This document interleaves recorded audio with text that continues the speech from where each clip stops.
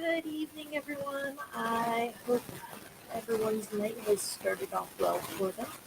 I am just sending out a couple last minute um, little links and things like that so that everyone can get everything in the right spot. And hopefully everyone should be able to join us. So forgive me while I'm messing around down here while we wait for everyone to come in. All of that do. So while we're waiting, how's everyone's night going? Is everyone doing well? And where are you logging in from? If anybody wants to share, even just a vague, like West Coast, East Coast, of the country, like that. Let's start the conversation off.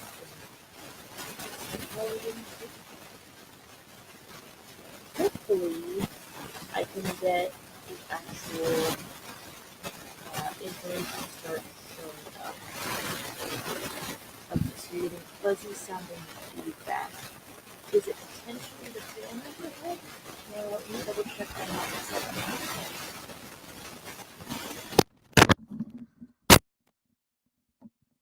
How's that? Is that any better on audio?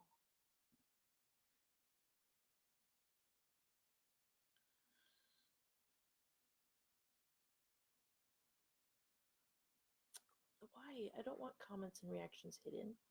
There we go. Okay, I think I'm getting comments. Is anyone else getting weird feedback or anything of that sort? Is the audio coming in okay while everyone's logging in? Alright, let's try. What if I set it back to this? Is that any better? Mic check, check, check, check. Mic check. Testing. How's that sounding?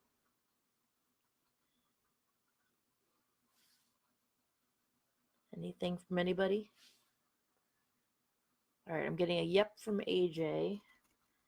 Okay, so we're good now. I hope so, because last thing we need is for all of this to get set up and then we can't hear anything. All right, so I'm doing one last little share so that we can get some of our people that aren't friends on Facebook included, because I know there was a few people on like Twitter and things like that that wanted to get on here.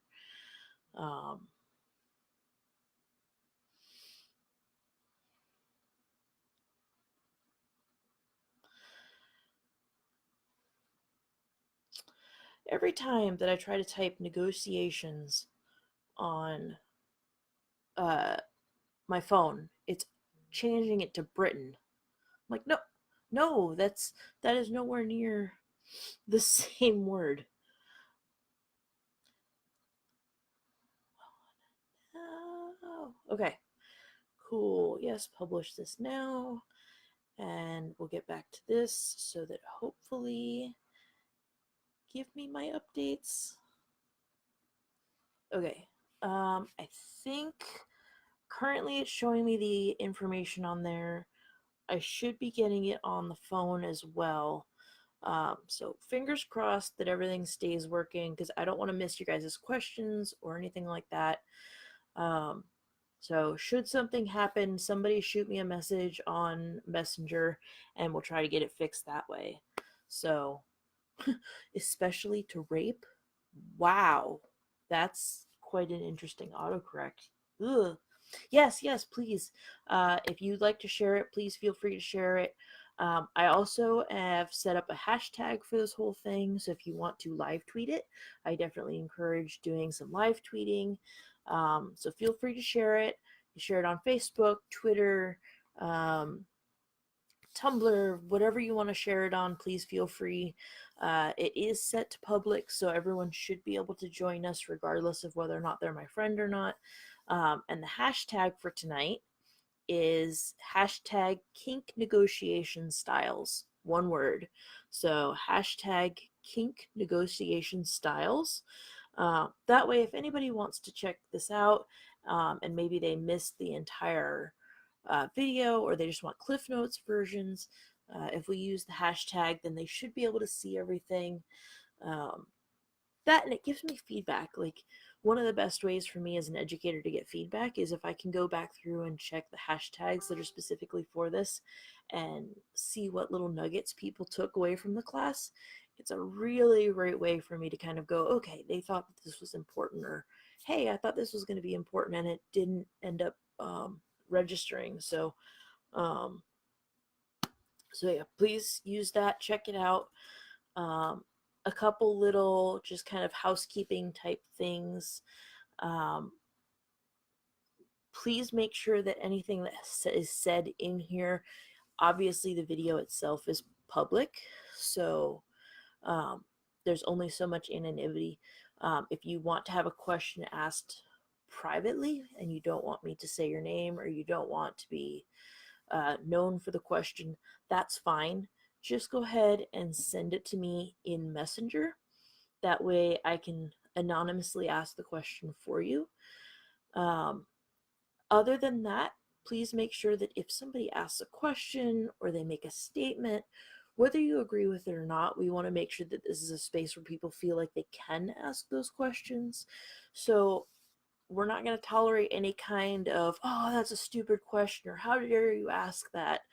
Um, if somebody's being completely tone deaf to a situation or to a problem, we will handle it from there. But I don't imagine that we're going to get too much of that.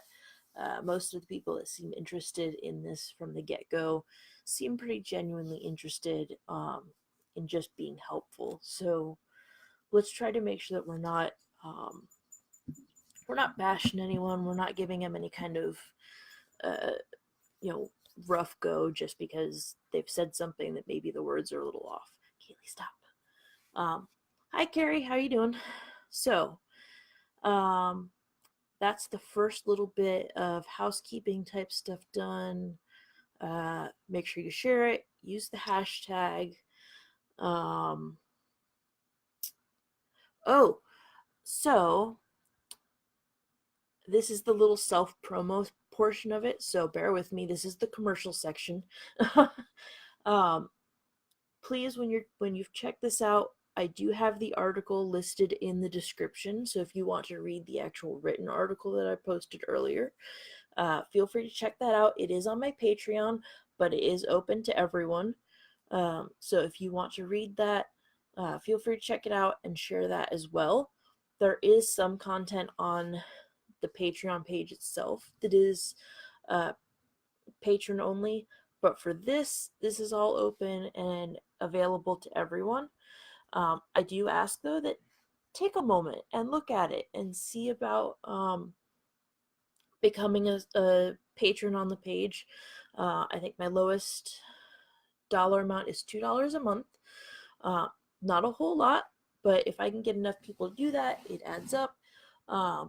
And it means that I can, one, it means that kink education is actually a viable form of profession, and that's something that I've been pushing for a very long time. Too often, people kind of look at stuff like this and they kind of go, uh, "Oh, well, it's never going to be a viable profession," or it should always be about just giving back and volunteering and things of that sort. And as much as we want to give back to our communities, there's no reason why we shouldn't also be able to um, have our communities support us in return. Just like we pay our teachers for, school for children, there's no reason why kink education and things of that sort, and sex education, there's no reason why those things shouldn't be a viable source um, of income and as a viable profession for people involved. So if you can, you know, $2 a month goes a long way in helping prove that this can be a viable profession. It also means that I can sit and take time and make sure that I'm getting articles out. I can do more of these videos. Um, I can, get better gear, better lighting. There's a whole slew of things that it goes into. So there's my little soapboxy thing for that. Um, the hashtag again is kink negotiation styles. If you look right in the little description box, it's the very top thing. I don't know if it's going to show you that on the mobile video, but if you do have it on your computer, right in the description portion, hashtag kink negotiation styles. Uh, Eventually, once I can get to the point where I've got somebody that can teach me how to do some of the OBS, broadcast studio and things like that, I hope to eventually have a little portion where in the video it's got what our hashtags are and it's got what our topic is, and easy to plug in links and things like that. So please support me, because then we can add in all the cool effects that make all of this better and all of this much easier to access. So, all right, let me go through and make sure I'm not missing anything. So I talked about Patreon already. At least check it out, even if you're not going to drop the money in. Hit the subscribe button and follow me that way. That way, at least I know that the content is being viewed. If you're not already following me on Twitter, my Twitter is in there as well, twitter.com/Ignixia, as well as my Instagram, which is ignixia.roberts. So Instagram, just type in ignixia.roberts and you'll get all of the pictures that I've got going on. So as I'm traveling places or teaching, my trips to Disney with Kaylee, all of those pictures end up in there, so you can kind of see the stuff that I'm doing and what's going on in my life visually. Last couple little things: if you're not really wanting to do Patreon and you don't necessarily want to have a recurring thing, but you still want to help support the work that I'm doing, I do have a PayPal, a Cash Me, and a Venmo. So if you want any of those options as well, please feel free to check out the description area. Any little bit helps. And that's the last bit of my little promo plug spot. Let's get on to the actual content. So if you guys have any questions, feel free to drop them into the comment section. You can also drop them, like I said, into a private message. So if you have something that you're just like, I don't really want to say this out in front of everyone, feel free to drop it into a private message and I'll answer it that way. Still on video, but I'll leave your name out of it and things like that. So here we go. So just a quick show of, give me actual comment, either thumbs up or yes or something. How many people went through and already read the article that I put out?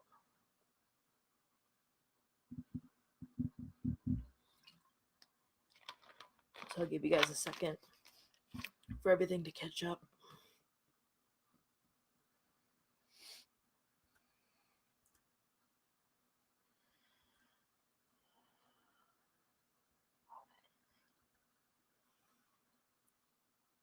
No, that's fine. There's no need to be sorry.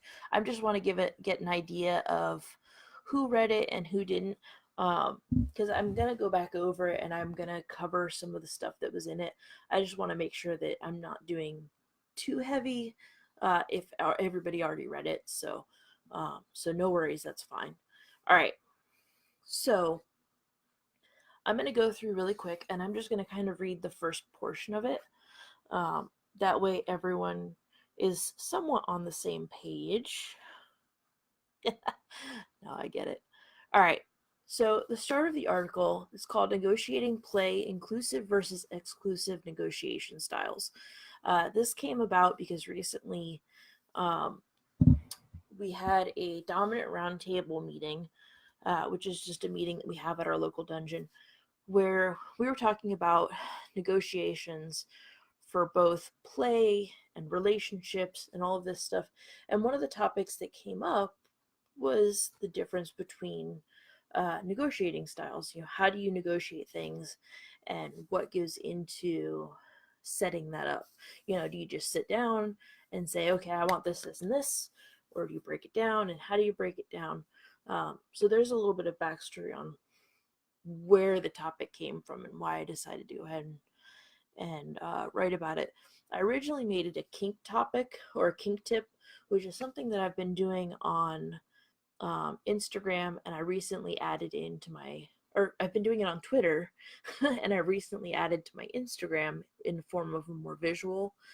Um, so thanks to Kink Academy for the idea of doing kink tips, because I totally stole that from them, and I've been posting one every day. I've only missed one, which I was like, but I've posted one every day for the past nearly 90 days now. So I'm really proud of myself for actually being able to keep up with getting them out. I set them up through Hootsuite, which is really nice because then I can sit there and just schedule them ahead of time every day at 6 o'clock. They go out and I'm done. But putting out 90 of them, it's harder than you think, just because trying to figure out 90 different tips that you're not repeating yourself or you're not using kind of just ho hum information. Um, it's been interesting, but I'm really happy with how it's come out. So yesterday's was about negotiation, um, and it was about just this inclusive versus exclusive, and trying to remind people that there are different ways of doing this. Um, it got some pretty decent feedback as far as people sharing it. Um, so once I saw how much people were interacting with it, I figured, all right, we might as well go ahead then and do an actual article, because clearly people want more information on this. So the first block of um, this is the actual article itself now. Ask any kinkster, and they're likely to agree. Negotiation is vital to setting up consensual kink play, and even an important basis for dominant and submissive relationships. Before we get into different styles, though, what is negotiation? Most often we negotiate, um, which is a word we see when it comes to business deals in the non kink world, which by definition means to obtain or bring about by discussion. In the kink world, negotiating is the discussion we have before play, forming relationships, or other related activity to make sure that all sides involved are able to get what they want out of a situation. This is where we obtain consent for things to come. Um, how negotiating things to come depends greatly on the negotiation style used. Um, the main two being inclusive and exclusive.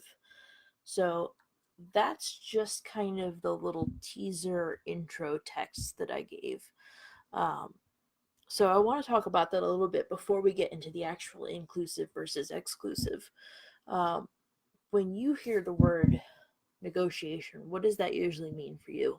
What does that sound like as far as the kink world, the non-kink world? Um, if you're not really familiar with it either way, do you have any questions about what negotiation in general is? So let's touch on that before we get into the meat of breaking these down even further. So go ahead and shout out your little any kind of questions you got, statements. Let's unpack some of this before we get into it.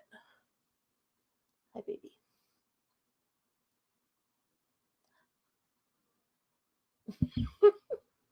Kaylee's like, I'd like to negotiate some more pets and some more treats. Right? She just gave me that look of like, Mom. Mom. Alright, so I'll give you guys a couple minutes because I know that everything's a little lagged behind.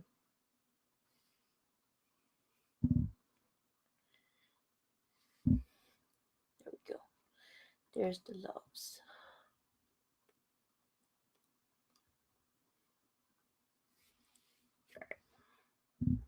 So again, what we're looking for right now is, what does it mean to you to negotiate, either in general, in non-kink or kink terms, or do you have any questions about negotiation? What does that mean?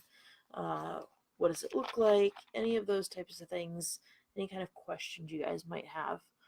Um, if we don't have any, we can move on, but I want to give you guys at least a couple seconds to kind of look at it and see.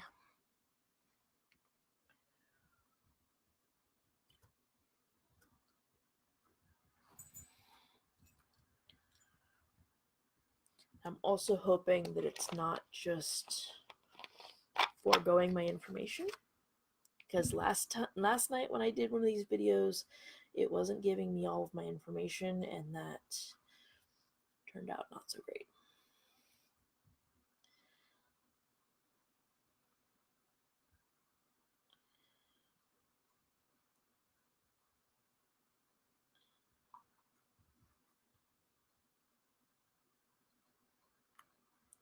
Okay, it looks like I do have one.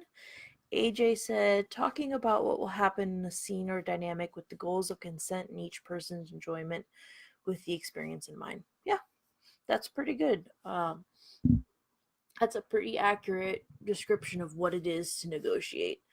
Again, that was talking about what will happen in a scene or dynamic with the goals of consent and each person's enjoyment with the experience in mind. That's great. I you read my mind. Um, so one of the things that I do like to be mindful of is when we talk about consent and negotiation and things of that sort, and scenes and dynamics. Um, you did a really good job, so I'm not picking on you specifically. I'm talking in general.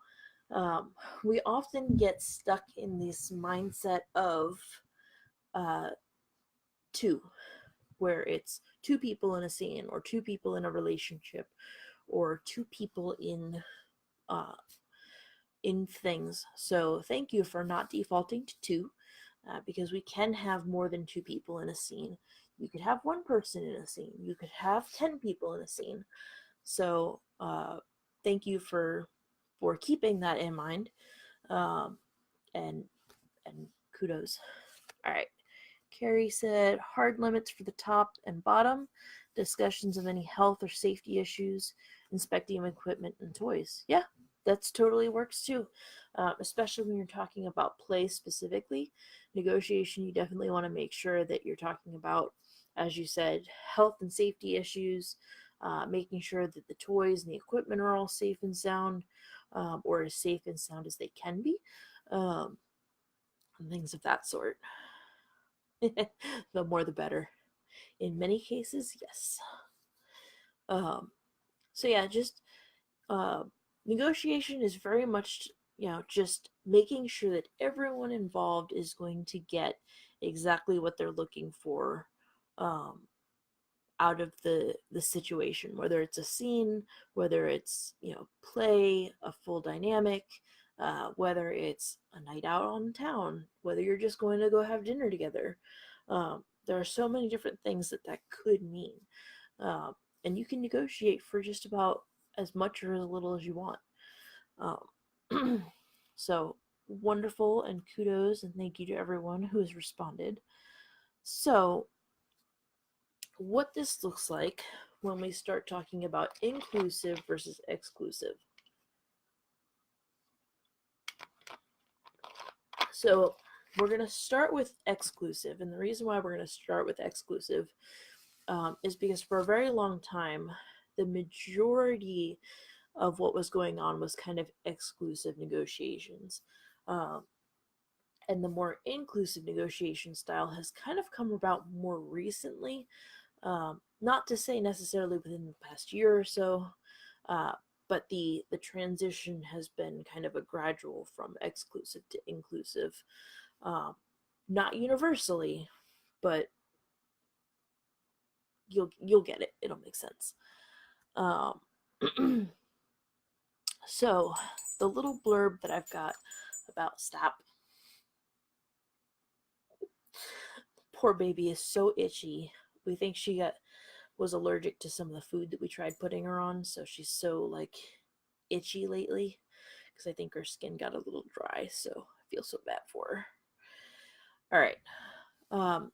So the way that I broke this down in the article to try to help make sure that everyone was kind of on the same page is we talk about exclusive negotiation. There's an at a glance little blurb, which is basically a TLDR. Too long, didn't read. So we've got the little TLDR description, And then we've got the more fleshed out version that talks about it in a bit more detail. Then we get into a non-kink example, just because sometimes when we add kink into the mix when we're trying to explain some of these concepts, it tends to get a little muddled down because you're talking about people's dynamics and their preferences and all of these things that can change things dramatically. So I give a non-kink example first, and then we get into a kink example. Oh, excuse me. All right, so when we're talking about exclusive negotiation, the little TLDR, the at a glance that I did for that is exclusive negotiation is where you list the things that you're not interested in and everything else is fair game. So basically what that means is if I was to use exclusive negotiation in a scene, I would say, here are my hard limits, or here are the things that I'm not interested in doing, and you just leave it at that. Some people do exclusive negotiation where they talk about the things that they're not interested in doing, and then they also added in a little bit of inclusive negotiation in the sense of saying they might go, all right, I'm interested in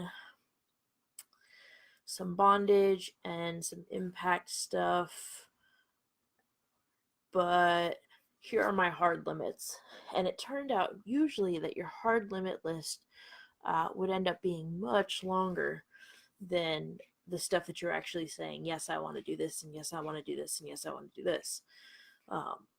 So it became all about what you're excluding from play, and basically that everything else was fine. So when we break that down into the longer blurb, again, this is directly from the article, exclusive negotiation is more an open-ended form of negotiation where you set the discussion up with the play, rules, and so on that you don't want included, leaving everything else as fair game. For a while, this was the main negotiation style for many within BDSM and kink communities because so much emphasis in negotiation was put on making sure that your hard limits are heard from the start.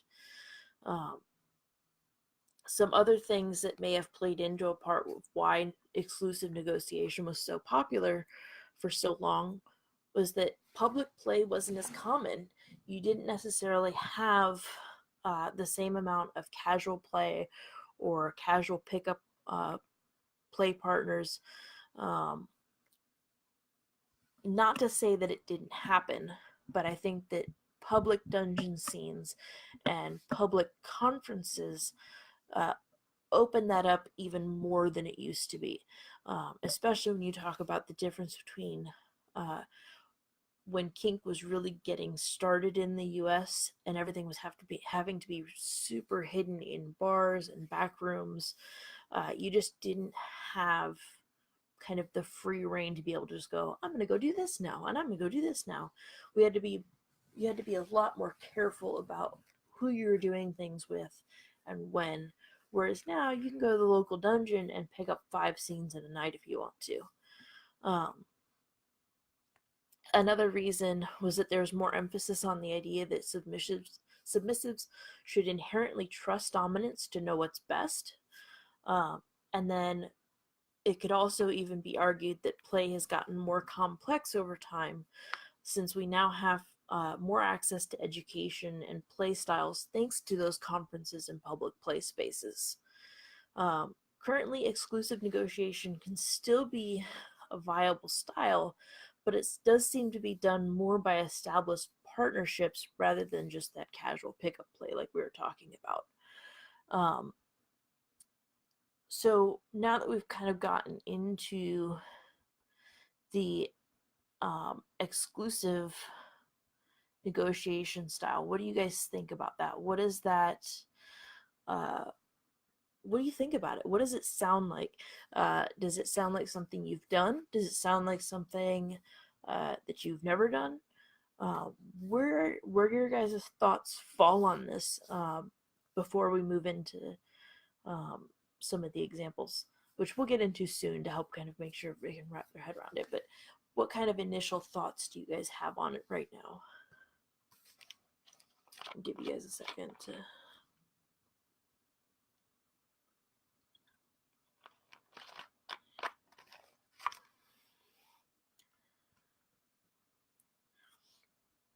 And remember, for those that are joining us, if you would like to share the video or live tweet it, I definitely encourage it. The live tweet hashtag that we're using is hashtag Kink Negotiation Styles, one word, hashtag Kink Negotiation Styles.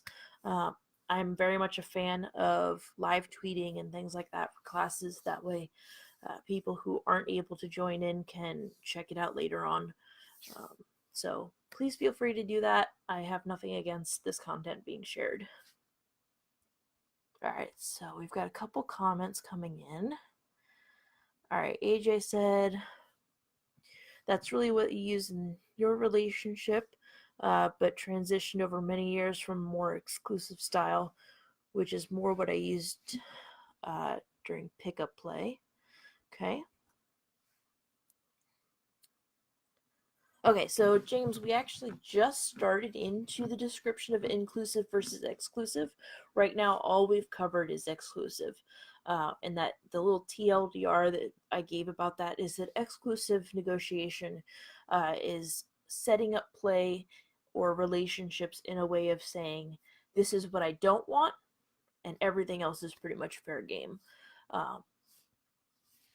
Granted, like I said, that's a very kind of quick rundown, but that's the general idea behind exclusive is you name off the stuff that you don't want to have happen, and everything else is relatively fine.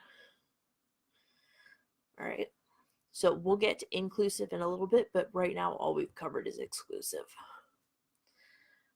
Jessica said, I think I've done a combination depending on partners and scenarios, whether public or in private things like that. I don't think I have stuck to one style. That's pretty common. A lot of times when you look at kind of the very stark contrast between the two, it's pretty common that people will say that they haven't really stuck to one or the other, but some kind of combination of that. That's usually where I will fall, is kind of a combination of it. For my partner and I, he might go, I'm really into the idea of impact play tonight, which gives me the start of an inclusive style, and then I'll let him set up the toy bag, which gives me a very kind of, here's all the stuff that I'm into, while still knowing that at any point, because of the way our relationship is worked out and the way that we've set it up, at any point I can go into the bag and grab a toy if he left out something that I'm really itching to use. But he still has the ability to say, no, I really don't want this thing, or I really don't want this thing. So it's pretty common for people to use combinations. Okay, so James said, as a pickup player service top in New York City, I literally go with inclusive and I stick to providing individuals exactly what they ask for. Therefore, I need their ability to communicate that to be a good or high level. Yeah, that's fair. Mostly I see inclusive has less negotiation and exclusive requires more negotiation and feedback. I'm not sure that I would agree that inclusive requires less negotiation. I'd almost say I think in my head it goes reverse that. Whereas exclusive kind of leaves things very open-ended. Exclusive just kind of goes, like I said, exclusive is very much the I don't want these things and everything else is fair game. Whereas inclusive tends to be a bit more of, here are the things that you're allowed and nothing else. And that's what we're going to get into in a minute.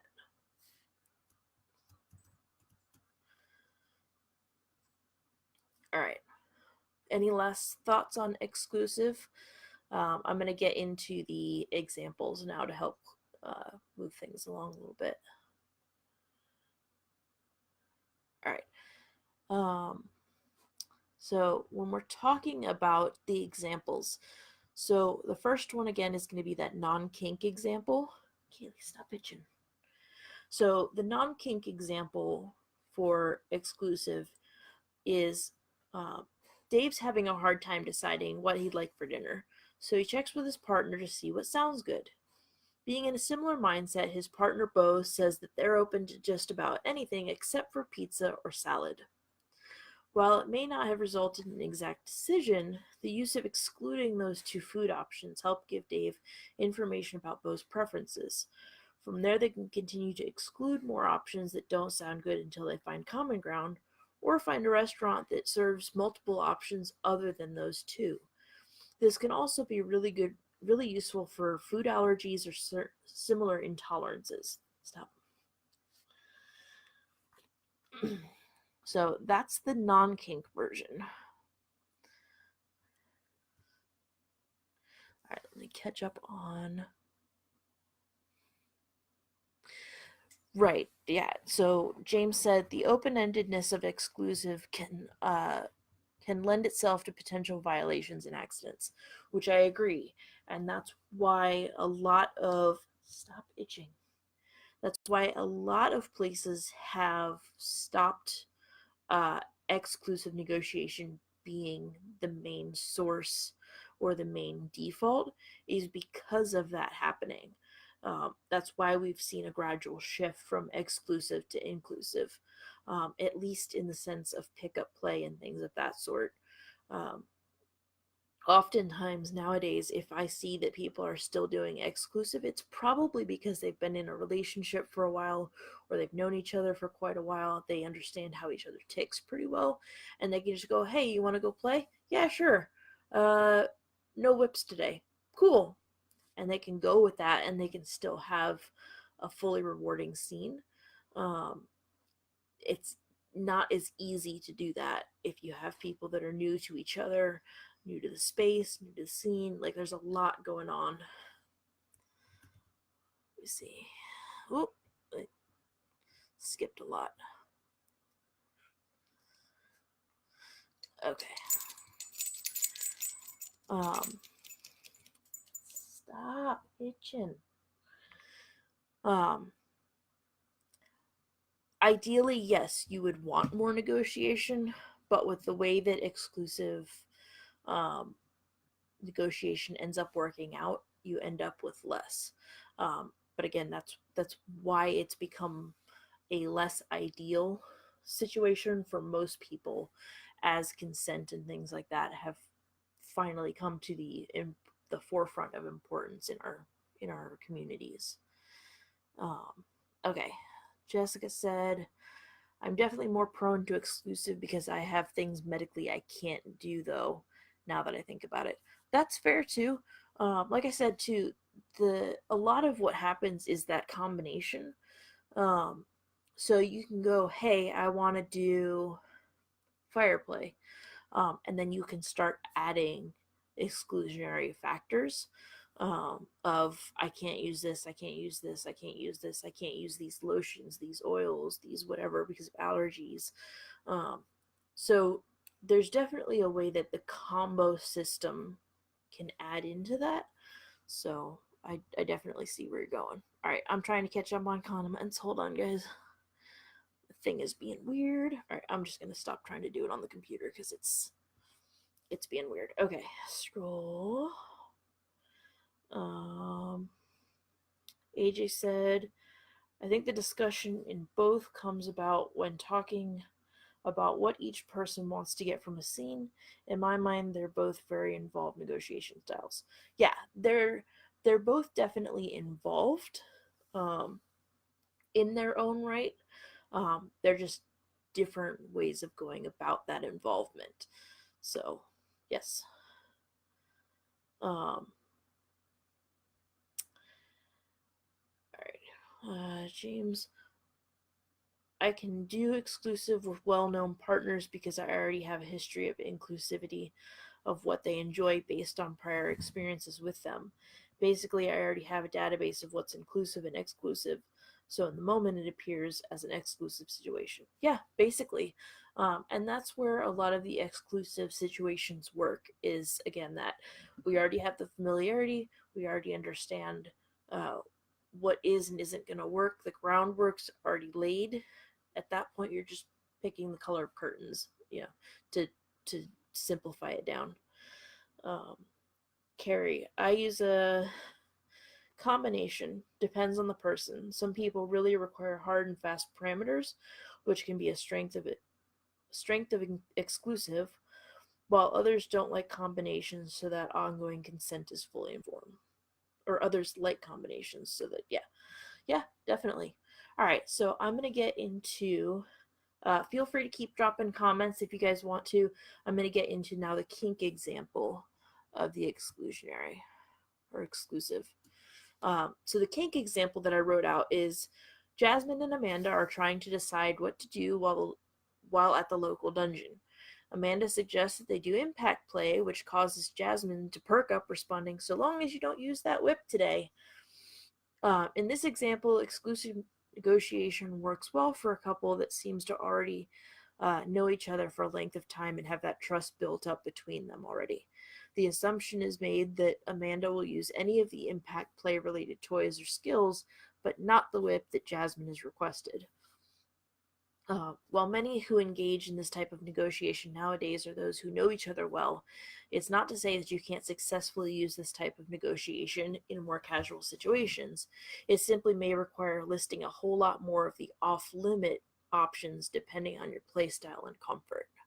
So this is basically the stuff that we've already kind of gotten into, and I'm really happy to see that everybody's latching onto it and grasping the concept really well. So yay. Any last minute little things about exclusive negotiation before we get into inclusive? Feel free to drop those out there. Since we've gotten a good cycle of people in and out again, I'm going to go ahead and redrop that. If you guys want to live tweet or share the video or any of those things, please feel free. I am okay with this going to as many people as possible. The live tweet hashtag that we're using is Kink Negotiation Styles, all one word, Kink Negotiation Styles. So feel free to use that if you want to live tweet it, if you want to talk about it on Facebook, that's fine too. So I definitely want to make this as accessible for as many people as we can. I just wish that I had live captions. Unfortunately, that's not a thing yet. But eventually it will be. So while you guys are thinking on the last minute little any kind of exclusive negotiation topics that you guys might want to talk about, I'm going to do that little halfway through our program little plug. Please make sure that you're following me not just on Facebook, but on Twitter, Instagram, Patreon, Tumblr, and all of that stuff. Most of those links are in the video description, as well as if you like the content that I'm putting out and you want to help support it to make sure that kink education is a viable profession for me and others like me, you can support me through the Patreon account. If you'd like to do a recurring setup, if you'd like to do a one-time, I do have PayPal, CashMe, and Venmo. So there's definitely no pressure to help out, but every little bit helps, and it means that I can keep doing this stuff and providing content. So thank you. All right. So we're going to get on to the inclusive negotiation styles. So again, this is directly from the little article that I put out. Oh, hold on, I've got a comment. AJ said, I also know many bottoms who have a risk profile that allows them to use exclusive negotiation during pickup play. Yeah, that's totally a viable thing too. If your risk profile is all set up that you know that you can do that confidently, go for it. But they also know and understand how they react during scenes and know that they are able to speak up if they need to. Depending on a bottom's headspace and how they react during scenes, they may not be able to use a yellow or red. That's a good point. One of the things that we forget about a lot of times is, you know, making sure that our, like you said, talking about risk profiles, understanding and knowing ourselves well enough to know, okay, if I do pick up play and I play with a random person, um, am I going to be able to uh, say yellow, say red, call for help or a DM if something goes wrong? Um, for some people, that's not within their risk profile. They're not going to feel comfortable putting that much control in somebody else's hands. Other people, that's what gets them going. So, as long as you are doing it as safely as you possibly can for you and your well being, uh, that's kind of what's important. So, all right, we're going to get into inclusive.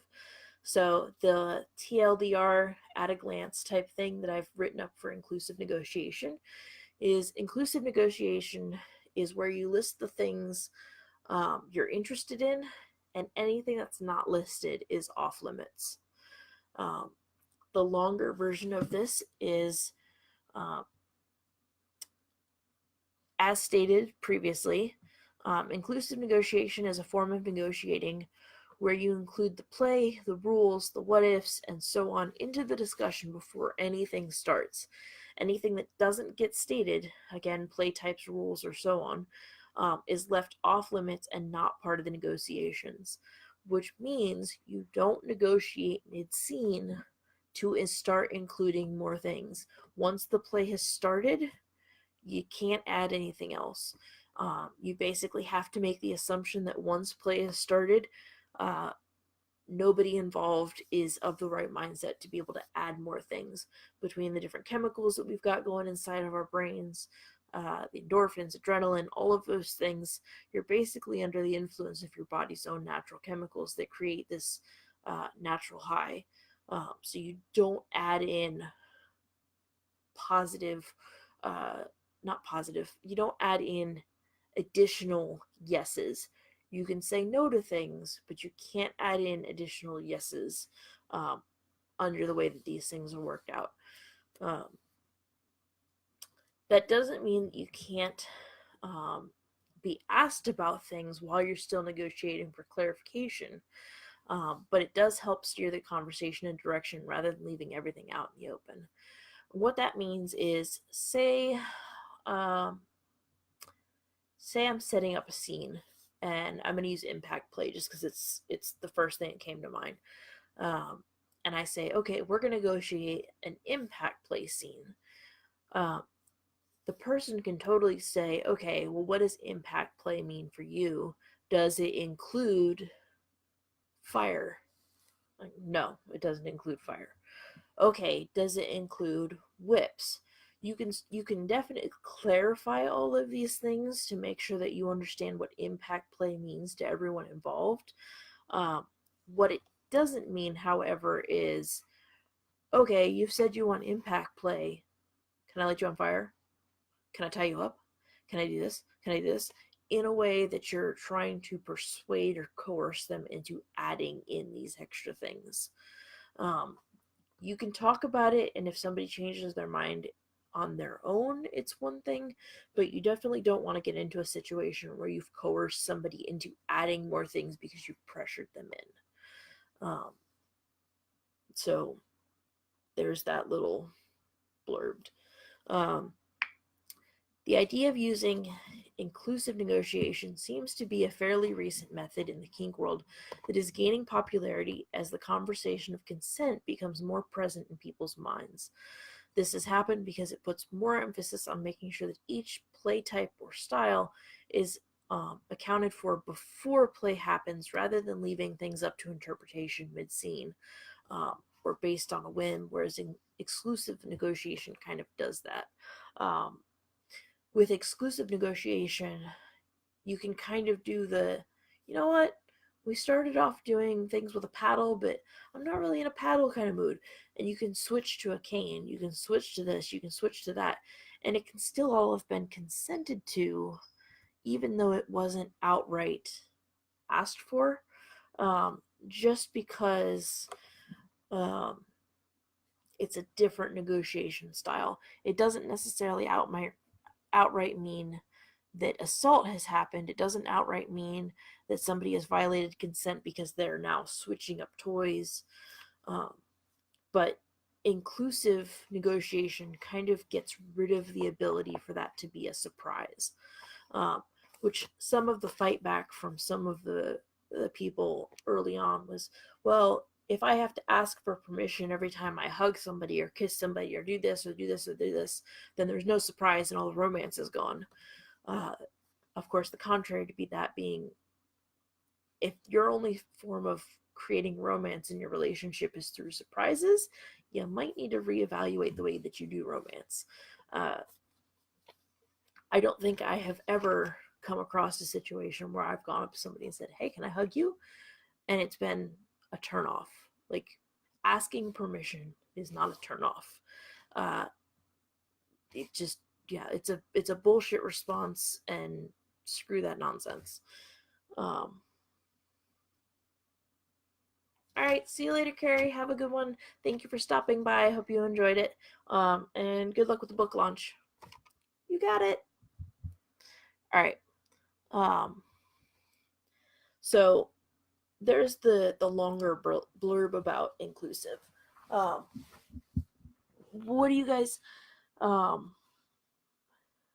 Right, and yeah, romance definitely isn't always included. Romance, sex, none of those things have to default be included in play. It can be, but it doesn't have to be. And that's something that a lot of people sometimes have a hard time wrapping their head around. This was another thing that happened in the roundtable discussion where we were talking about negotiation, was that there were a few people that got hung up on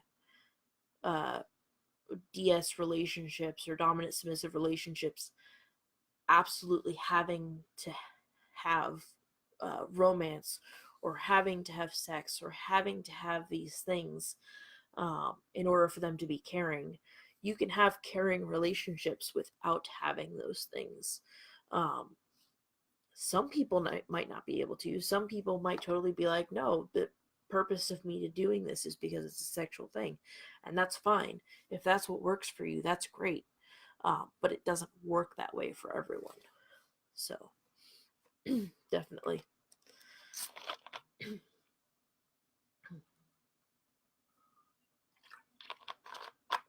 I mean, for me personally, most of my play is non-sexual, but that's because I identify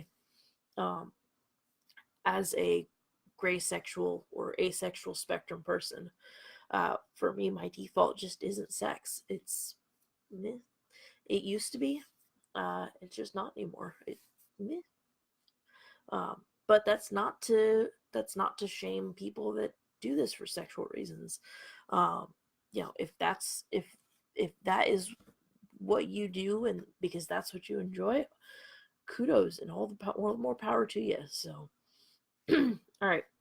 So we're gonna get into really quick the non-kink example, and then we'll get into the kink example, and go over what we've learned now about inclusive. So the non-kink example: Sue is about to have a medical procedure, so her doctor tells her that she can eat Jell-O or clear broth only for 12 hours before the procedure. In this case, the purpose of an inclusive style discussion prevents the doctor from having to list the thousands of food possibilities that Sue is not allowed to eat, in exchange for being able to just say 2 things that she is allowed to eat instead. It's faster and more encompassing as a way of communicating her new limited diet. For some people, this is exactly why they use inclusive rather than exclusive. If you're wanting to have a flogging scene and you say, look, I just want to be flogged, there's no reason for someone to start breaking out whips and paddles and canes and crops, and none of those things are floggers. So it can be a very easy way of kind of going, no, this is the thing I'm interested in. This is what I want to do. and it takes everything else off the table, and it takes a whole lot of the pressure of having to go, no, I don't want this, and no, I don't want this, and no, I don't want this, and no, I don't want this. Um, this is part of why I really prefer to teach newbies, age regardless, newbies, inclusive negotiating styles, because it means that they don't have to uh, battle against the social capital that some of the more seasoned people have in wanting to do things with them. I mean, so often we get newbies that come in, and you've got somebody that's super experienced, that's been around for a long time, that will saddle up to the new person and go, hey, you're cute, you want to do X, Y, and Z?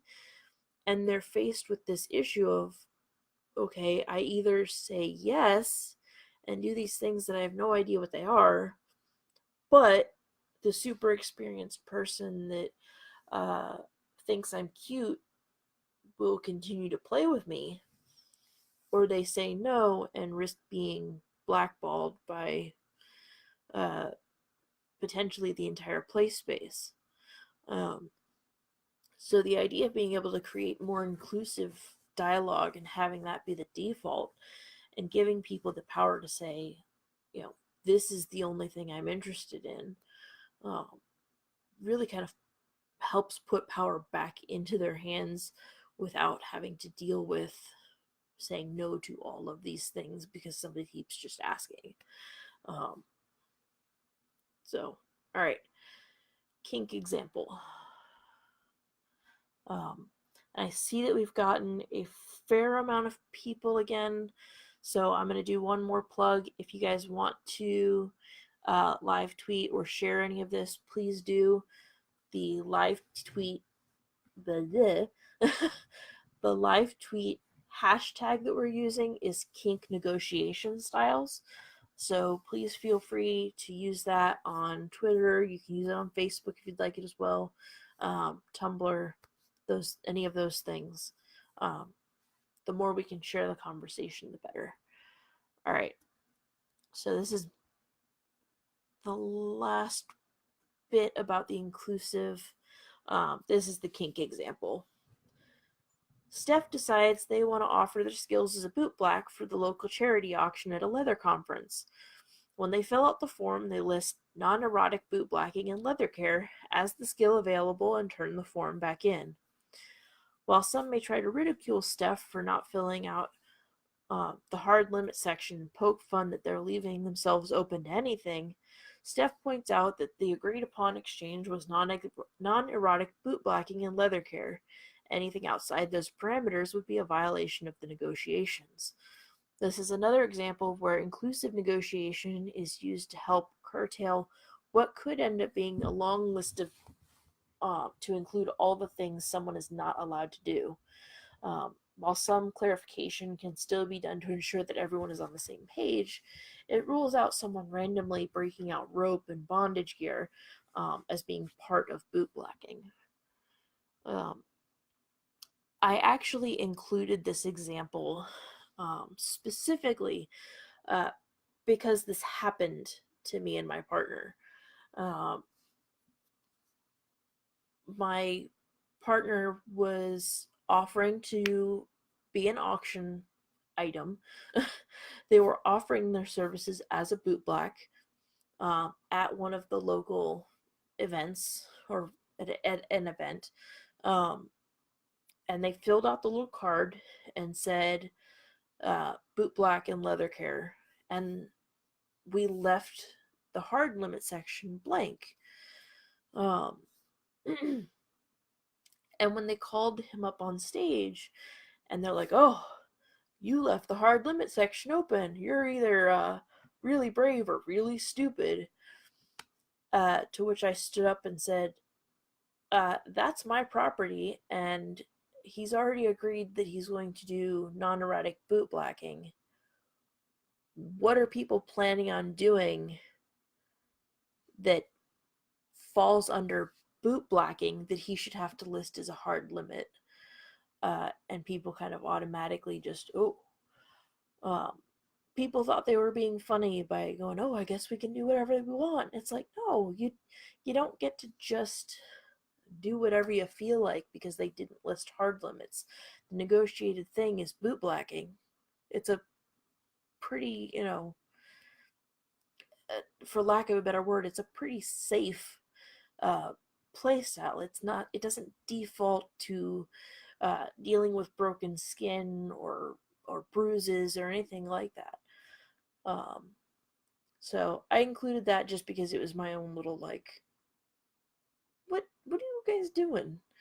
Um, so anyways, um, what do you guys feel about the inclusive stuff versus the exclusive stuff now that we've kind of covered both? Um, the last part of the article is kind of just how do I choose which method to use? So this is where we get back into having these discussions. Um, yeah, exactly. It's the one thing that was negotiated, bottom line. Thank you, Jessica. Um, so where do you guys feel you fall on these things? I know early on people were talking about enjoying a combination of both styles.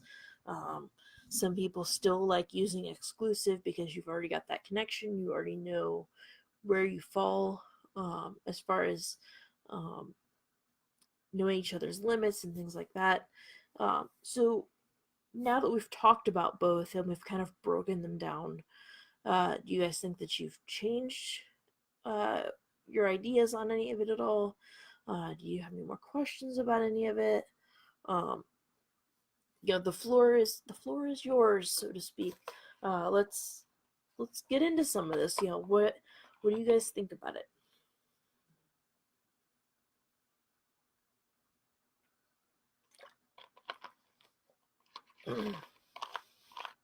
And Kaylee's asleep, or at least she was until I said her name.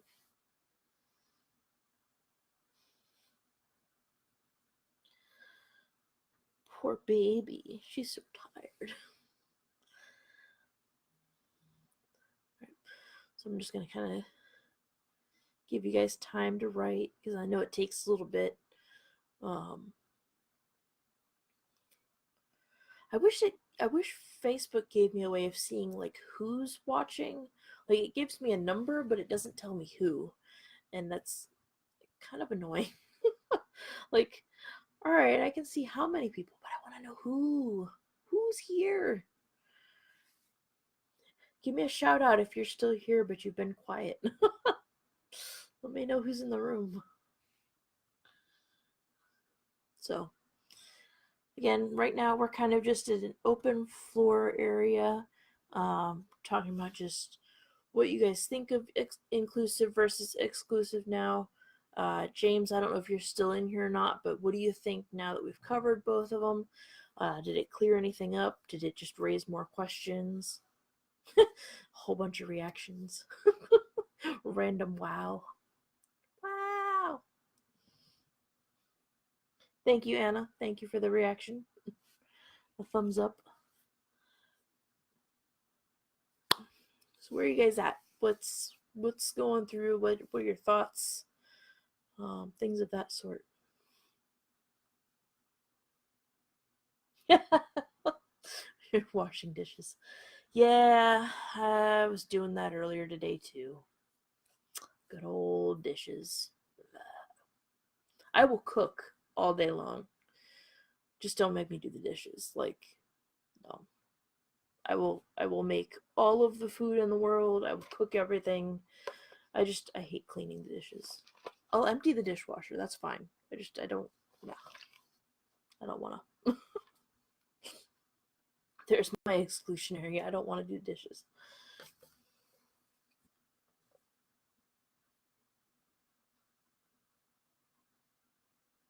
Yeah. So James said, I think the language of inclusive and exclusive allows newbies to have better communication for the things for what they desire. Yeah, definitely.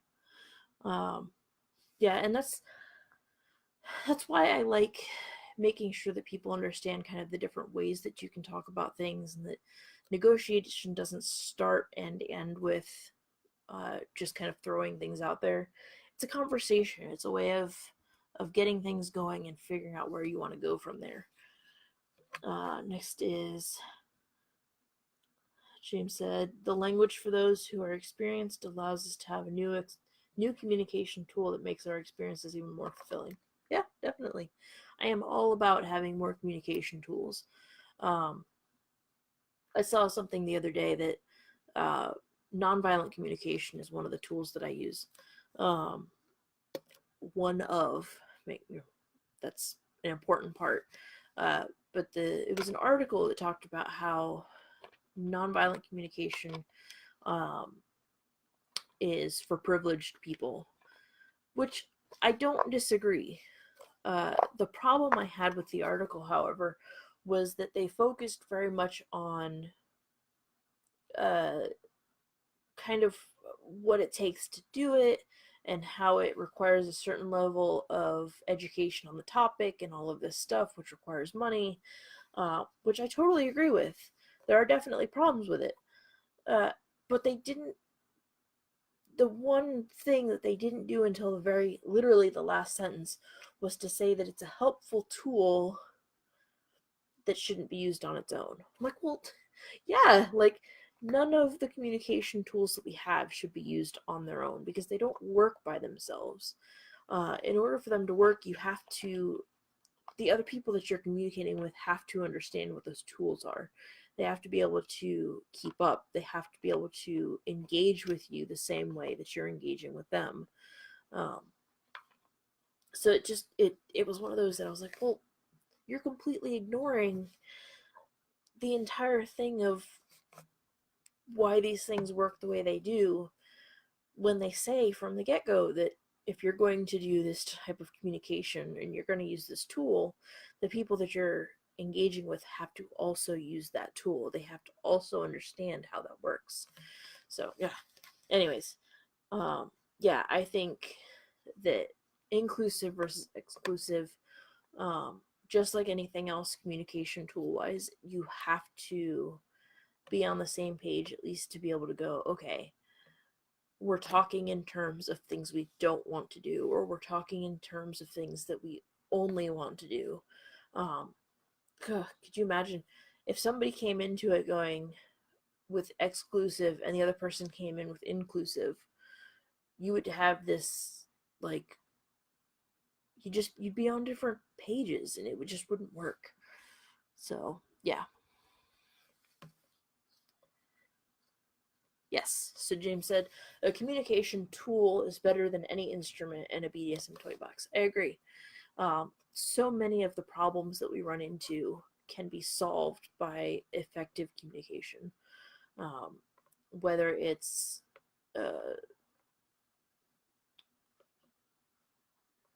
you name a problem, and most of the time communication or lack of is part of the problem. So Randy said, communication is a house with each room being a different format. However, emotional intelligence is the foundation. I like that.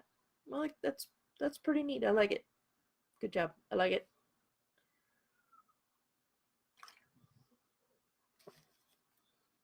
I agree.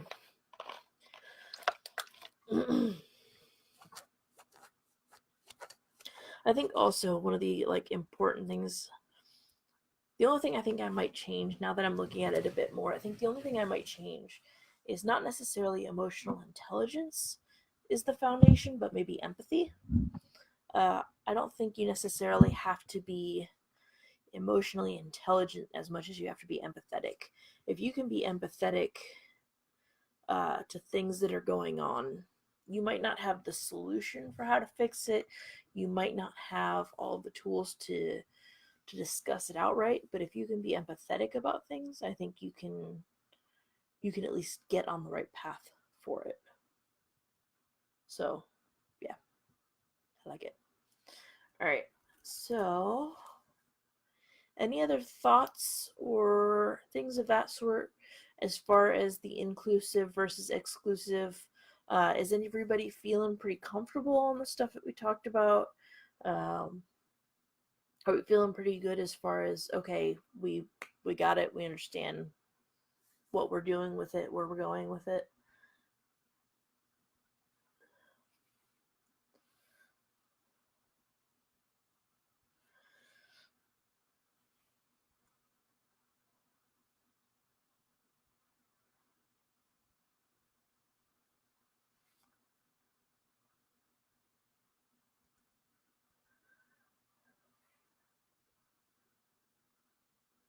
Cool. James, I'm glad to hear you got it. I'm not sure who else we've got in the room. So, I hope that's a good thing. Jessica said that they think that I covered it pretty broadly, actually. I hope that that's a good thing. Sometimes I know people get a little picky about things being too broad. Um, but I guess for me, I'd rather be broad about something than too specific and have somebody be like, "This doesn't work," because I've had that happen. Um, so good, cool. Um, if you guys have any questions, whether it's about this or not anymore, we can totally move to a different topic if you guys would like. Um, so if there's another topic kind of burning on your mind, we can totally cover that as well.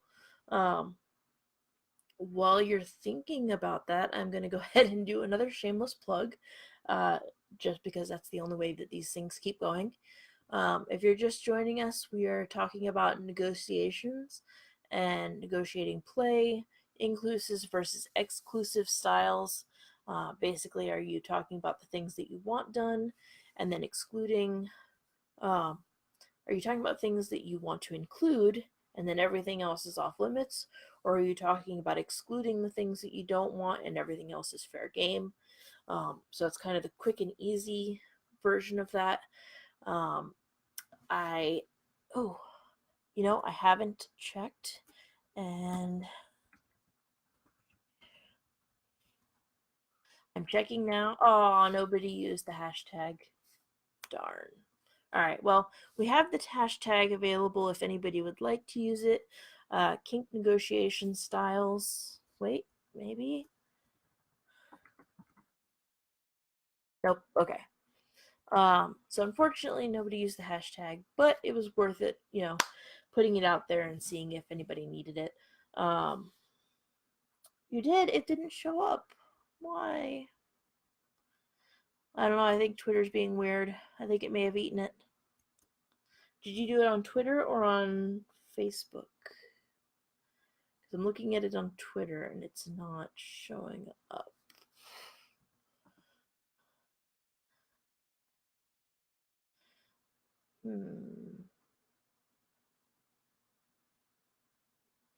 Yeah, I don't know. It's for some reason it's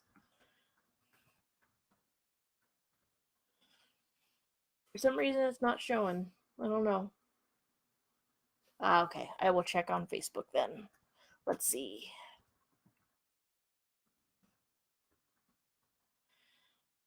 Yay! We have hashtags. Yay! Thank you guys. Thank you everyone for using the hashtag on Facebook. That makes me happy, and now I'm super excited because now it's going to be out there. So, yay! Awesome. Um, cool. That makes me very happy. There's a lot of them. All right. Let's see. New comments. Okay. Um, okay. So yeah, feel free if you are enjoying the content. Please make sure that you share it. Leave a comment. The brain. Share the video. Use the hashtag Kink Negotiation Styles, all one word. Um, if you are interested in seeing me live and in person, uh, check out my website, ignixia.weebly.com. It's in the description of the video, so you can click on that. Make sure you bookmark it, and you can actually check out my calendar. There's a whole bunch of events that are in there right now. just so I can show you guys, because I want to see. I want to show you guys what this looks like, so that as you're going through things, you'll kind of know what you're looking at. So one of the busier months right now that I currently have applications out in, I'm going to show you April. All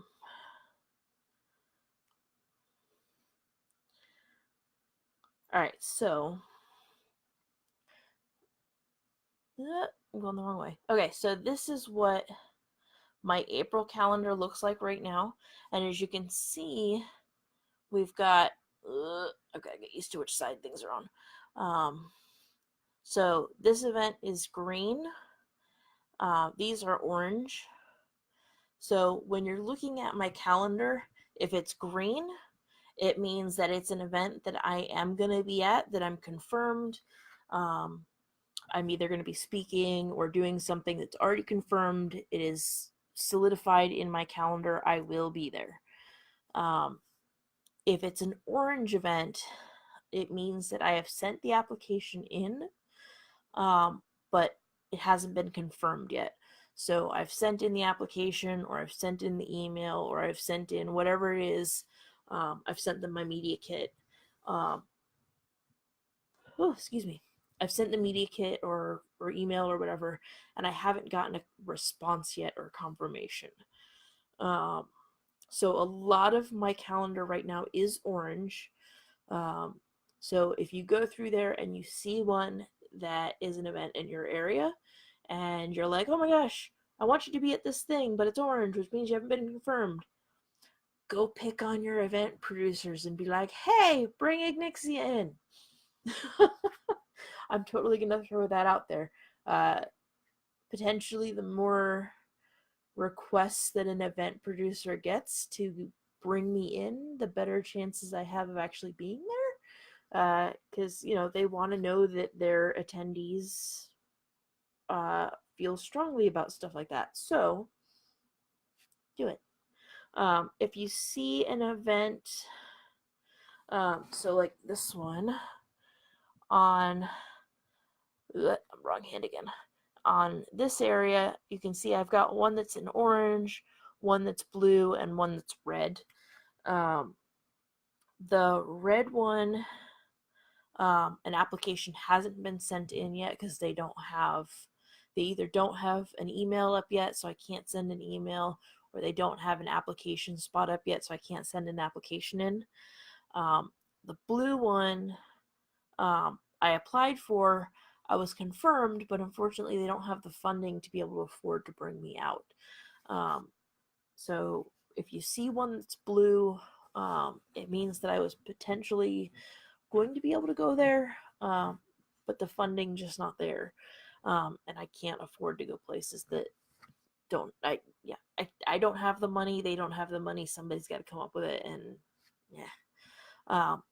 But for things like that, where it's a matter of funding, one of the things that I'm starting to do is look for sponsors and things like that. So if you see or you know of a business that has the ability to do sponsorships, I'm looking for sponsors that can help with travel costs. I'm looking for sponsors that can help with hotel costs. Even if that means like, hey, I've got a friend that works for such and such airline that can get you a free ticket, like that works. If it means that I can get to an event because it's covered in some way, shape, or form, that's great. What that means for the person that's helping. When I do events like this, or I do little videos like this, if you're one of my sponsors, you'll get named in the video. Currently, I have 2 sponsors. They're not monetary, but they're actually product sponsors. AJ, who's been commenting back and forth in the comments, is the owner of Foxy Feisty Redhead, which is a chainmail company. Check out AJ's stuff. They've got all kinds of really neat chainmail floggers and chainmail jewelry. necklaces and collars and cuffs and all kinds of stuff. So check out Foxy Feisty Redhead.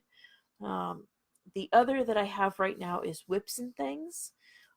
They make whips, like paracord whips, single tails, as well as shot loaded paracord floggers. You can see pictures of both of those in my sponsor section on my website as well as in my Facebook.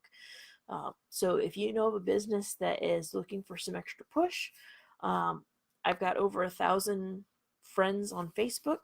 I've got over 1,100 followers on Twitter, and 800 and like 850 or so followers on Instagram. And I can totally forward all of all right, one second. I can I can forward my entire media kit that talks about my impressions, my reach, my follower base, all of that stuff. So when someone sponsors me to be able to go to events, or they sponsor me through having products that I can do giveaways and things like that and gain more followers, you gain my followership, you gain all of my friends and followers, and potentially an increase in sales. So if you know of companies that are looking for that, even if it's a small company, if it's a small company that can only do, $50 to help out, that's still huge. If you've got, like those small companies that want to donate items, I can totally use that too. So please forward it off to your friends, small businesses, large businesses. If you know somebody that works for one of the larger companies and they could use a sponsor type thing where they can send me all kinds of business cards and stickers and all of that stuff as I go to actual events. If they're a sponsor for me getting to an event, I will pass out their business cards, I will pass out their promo materials, anything and everything that they feel like sending me to pass out, I will. As well as any interviews that I do while I'm at the event, they will be listed as a sponsor for. So there are perks and benefits to helping me create and maintain more kink education. So send that out there. And Jessica, I'm reading You Are Permanently Cuffed. Oh, congratulations. Yay! Very much congratulations and happy things. Very, very happy for you. Where was I? And Kaylee has interjected. So right, sponsors. So if you guys are interested in any of that, please let me know. Reach out. Like I said, I've got a sponsors page on my website, which any of my sponsors get listed there along with their website and their social media stuff. So I also take sponsors from events.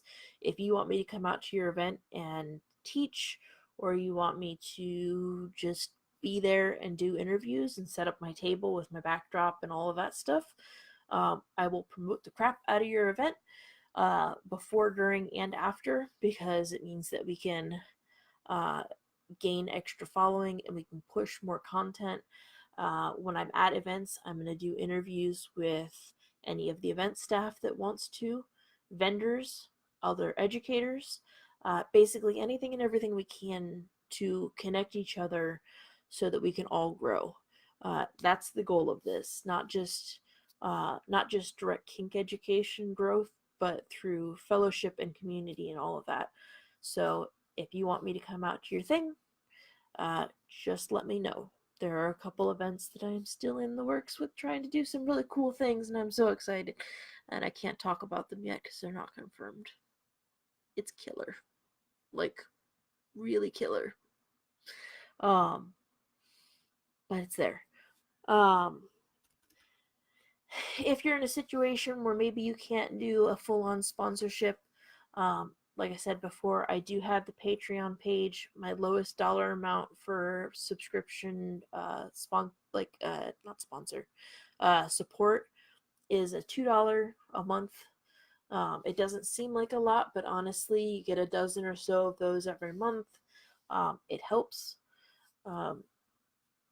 I also have a $5 one and I think a $10 one, which I am currently looking at potentially the $5 one, creating a Discord channel, or Discord server where we basically do this.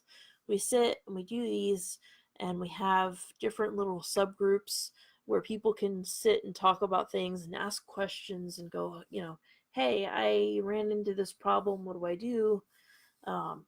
So if that sounds like a good idea to you, please let me know. I've been toying around with the idea of a Discord server.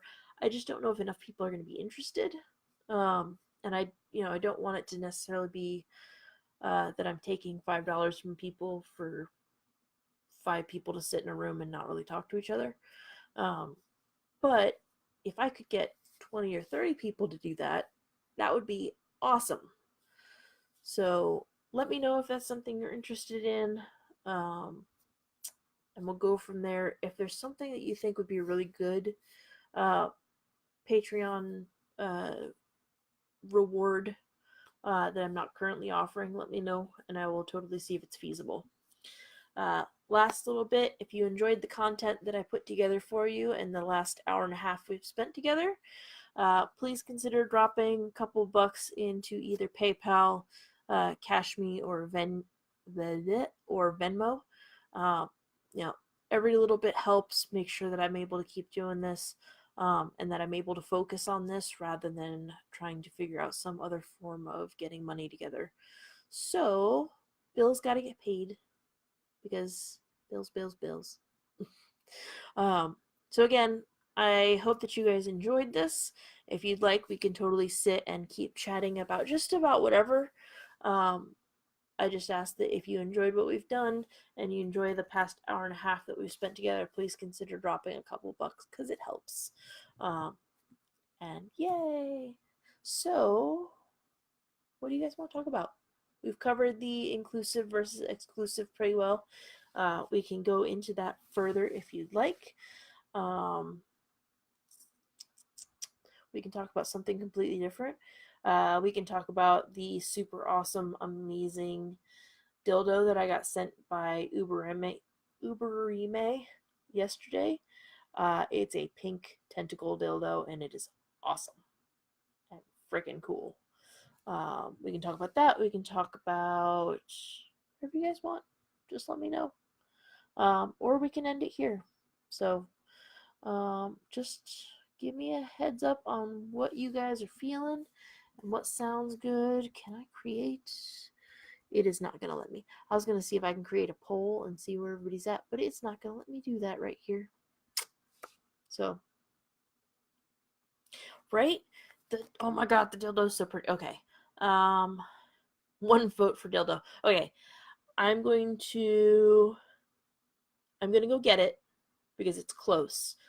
You guys will be unsupervised for like a minute. Don't go anywhere. If anyone comes in and they're like, what's going on? It's a blank screen. Just let them know. I'll be right back.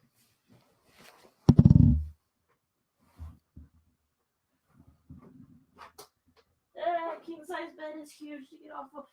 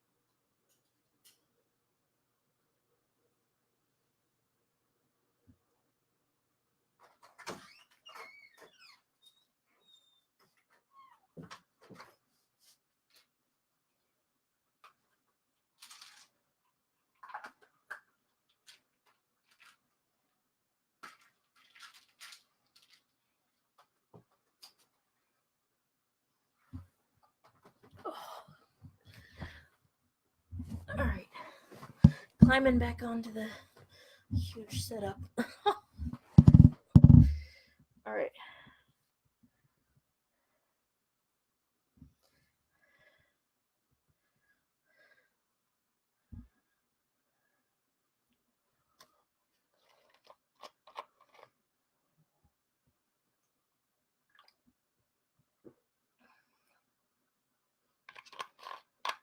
Oh no, we're down to only 2 followers. No. Everybody come back.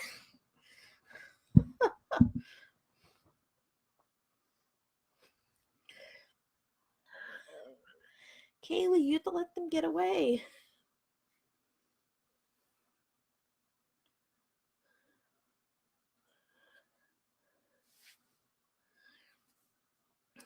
Kaylee, you let them get away. What happened? Come here. Come here. Come here. She's so tired. She's doing like the slowest, like, oh, fine.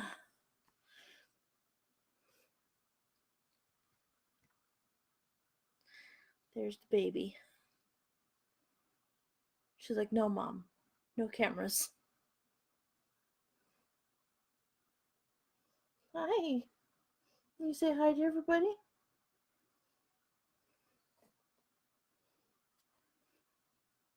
All right. So, hopefully we haven't permanently lost everyone.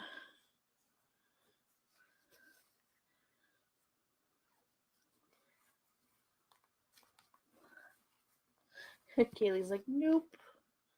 Ta-da! Oof, it's already got puppy hairs on it.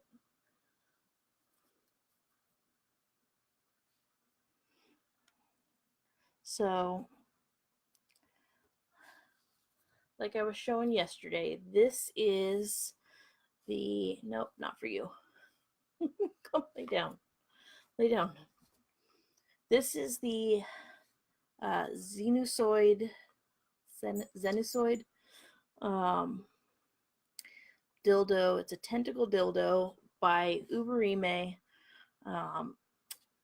They are they're a Florida local. Check out those colors. Like, I know it's we'll do the beauty reveal hand. So I know it's not showing up super great, but that's why I took pictures separate. Once I get a better camera, it'll be a little bit better, but it's super pink and it's got purple swirl. And then the bottom of it has that black and pink and purple swirl kind of pattern to it. And just for the sake of, I mean, size wise, like that's pretty big. That's significant. I mean, damn.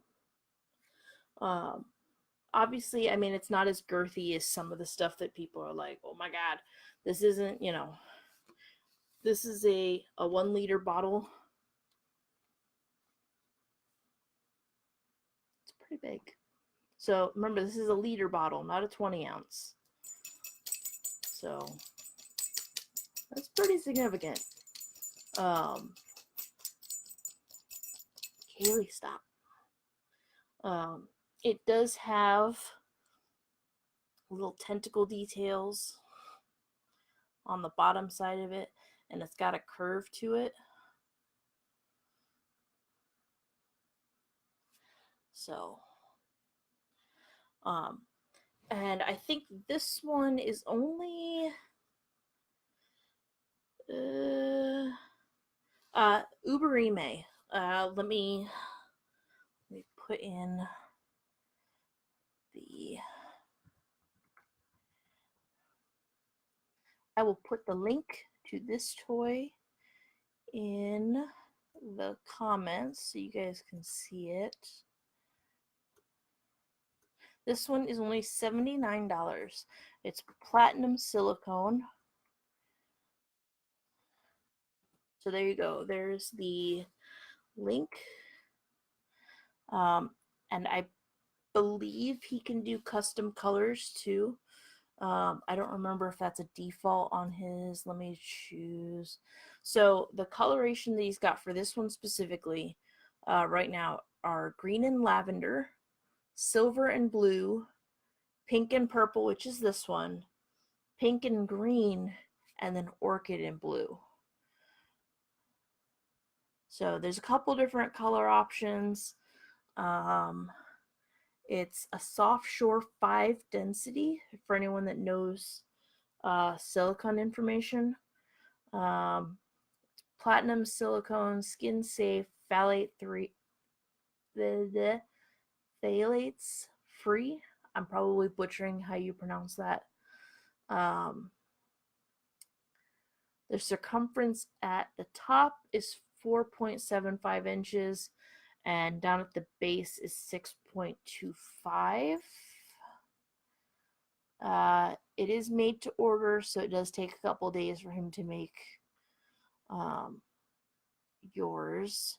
There's a couple different colors in there too. You can see the different examples as far as the different color combinations.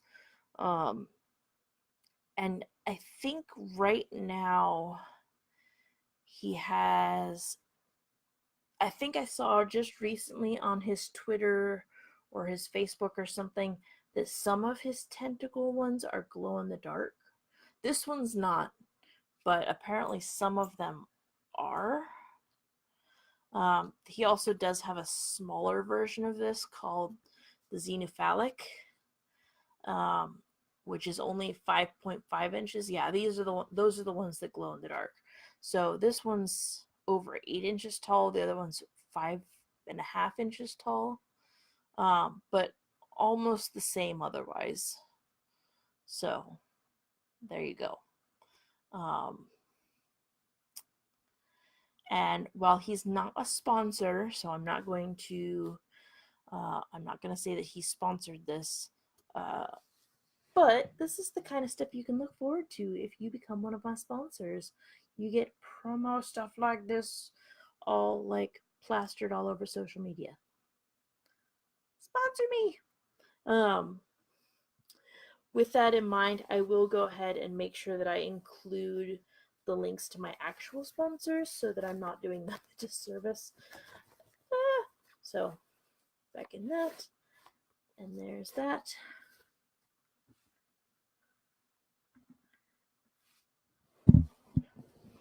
I think the silicone information is just for people that like knowing it. Like some of the sex toy bloggers are really big about knowing what kind of silicone is used and things like that. I think just for their own knowledge. Other than that, I don't know. So let me include. So here's my actual sponsors.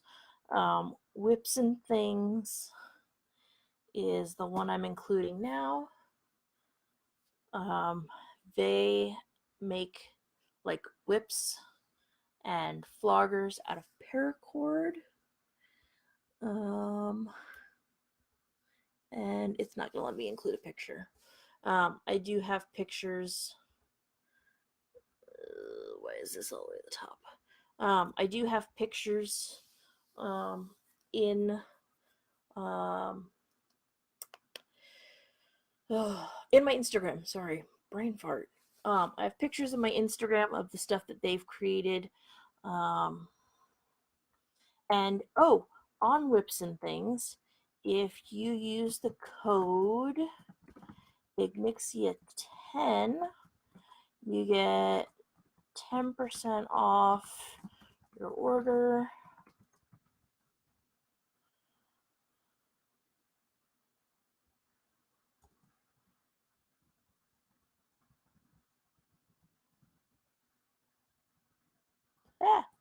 I can type today, I swear.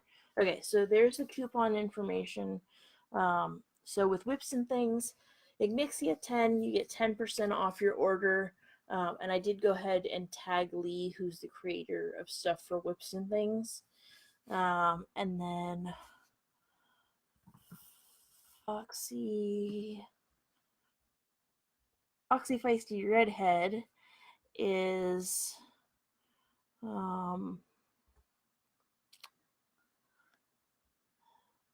the information for the chainmail maker.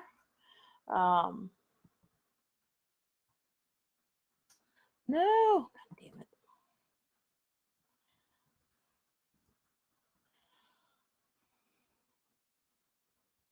So they have an Etsy shop that I'm putting a link in right now. So if you want to check out their stuff, and I will tag their Facebook page as well, so you guys can follow them there. All right, all of my sponsorship stuff is done now. So definitely check out the sponsors. They've done, they do really great work, and they helped me out a lot with both of those. Sent me product. Foxy Feisty Redhead sent me a chainmail flogger and a necklace that I'm able to use. That I will use in an upcoming raffle / giveaway. And Whips and Things sent me a black and pink shot loaded paracord flogger that I absolutely love. It is so cool. They actually sent it to me so that I can put it in my own toy bag and just show it off as people are around. And they also sent me something that's basically kind of like a brass knuckles, but it's paracord. So it's really cool. All right. I think we're losing just about everyone. So we did almost make it to 2 hours. I hope that you guys have enjoyed this. If you have any last minute questions, please feel free to go ahead and send them by messenger or in the comment section. Please feel free to share the video. I'm going to try. I will probably save this and cut it down to kind of the relevant portions that were earlier, and I will put it up on YouTube. So thank you again for showing up and hanging out and talking. If you guys like this, please let me know, and I will try. What do you guys think? Maybe do one of these once a week on Thursdays? If Thursdays work out well, maybe we can do these once a week on Thursdays. Thank you, James, for the feedback. I really appreciate it. It definitely helps. So as I was saying, if this turns into something that people really like, perhaps every Thursday we do this. Yes, definitely. So as soon as I get the YouTube version all put together, then I'll send that out and get you guys the links and all the information. So again, thank you for coming out. Thanks for chatting and enjoying everything and participating. And I will leave it at that. I hope you guys have a good night, and I will see you again on probably Thursday. All right. Thank you.